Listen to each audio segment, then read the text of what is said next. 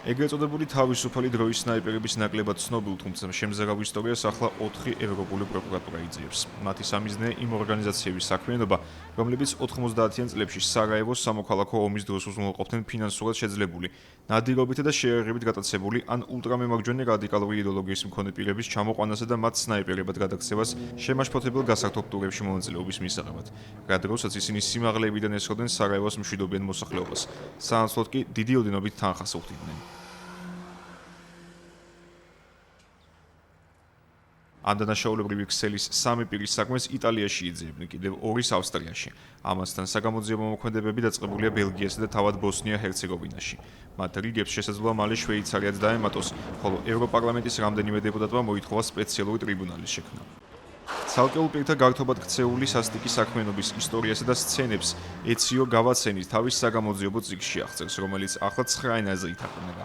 ავტორი მკითხველს დეტალურ რეკონსტრუქციას სთავაზობს იმისა, თუ რა ხდებოდა ყოფილი იუგოსლავიის სახელმწიფოში 1992-1996 წლებში. მისი მონათხრობით იტალია ეგრეთ წოდებული ტურისტი სნაიპერებისთვის ერთგვარ საკვანძო პუნქტად იქცა, რომლებიც იქ ევროპის სხვადასხვა ქვეყნიდან, ასევე კანადიდან და ამერიკის შეერთებული შტატებიდან ჩადიოდნენ. მას შემდეგაც სატელეფონო ზარის მეშვეობით იღებდნენ კოდურ შეტყობინებას შემდეგი ფრაზით: „შულდოსნებს ნადავლი გამოუჩნდათ“, რაც ნიშნავდა, რომ სარაევოში ჩასვლა შესაძლებელი იყო. საგამოძიებო წიგნის ავტორის თქმით, დანაშაულებრივ სქემაში მონაწილე მილანში არსებული ერთ-ერთი სააგენტოს მიღმა იდგა ბალკანური ან რუსული მაფია. მთავარი ოფისი კი, რომელიც სარაევოში ჩასვლაზე ნებართვას გასცემდა, ბელგიაში იყო ბაზირებული. გავაცენის სიტყვებით უკვე ადგილზე მოქმედებდნენ რეკრუტერები, ძირითადად ყოფილი სამხედროები, რომლებიც პოტენციურ სნაიპერებს იაფიან სასტუმროებში ან სასადილოებში ხვდებოდნენ ეჭვების გახარწყლების მიზნით.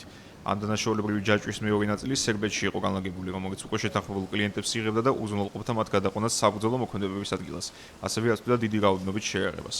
წიგნის ავტორის მონათხრობის მიხედვით, ბოსნიისკენ მიმავალ გზაზე დაქირავებული პირები იძახდნენ, რომ საზღვარგარეთ მიდიოდნენ მშვიდობიანი მოსახლეობისთვის სასრულად. თავს მშვილდოსნებს უწოდებდნენ, თავიანთ მსხვერპლებს კი ირმებს.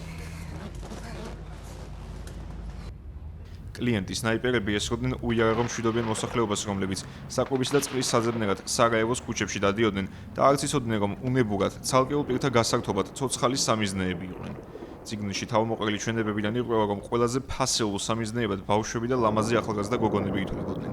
მათი მოკლისთვის კლიენტები დღევანდელი კურსით დაახლოებით 100,000-ზე მეტ ევროს ოდენობის თანხას იღებდნენ. საგამოძიებო წიგნის ავტორის თქმით, მშვიდობიანი მოსახლეობის წინააღმდეგ ასეთი ქმედებების მოტივი არ ყოფილა გამოწვეული არც შოვინიზმით, არც რელიგიური ან ეთნიკური შუღლით, არამედ უბრალოდ წარმოადგენდა გართობის საშუალებას მდიდარი ადამიანებისათვის.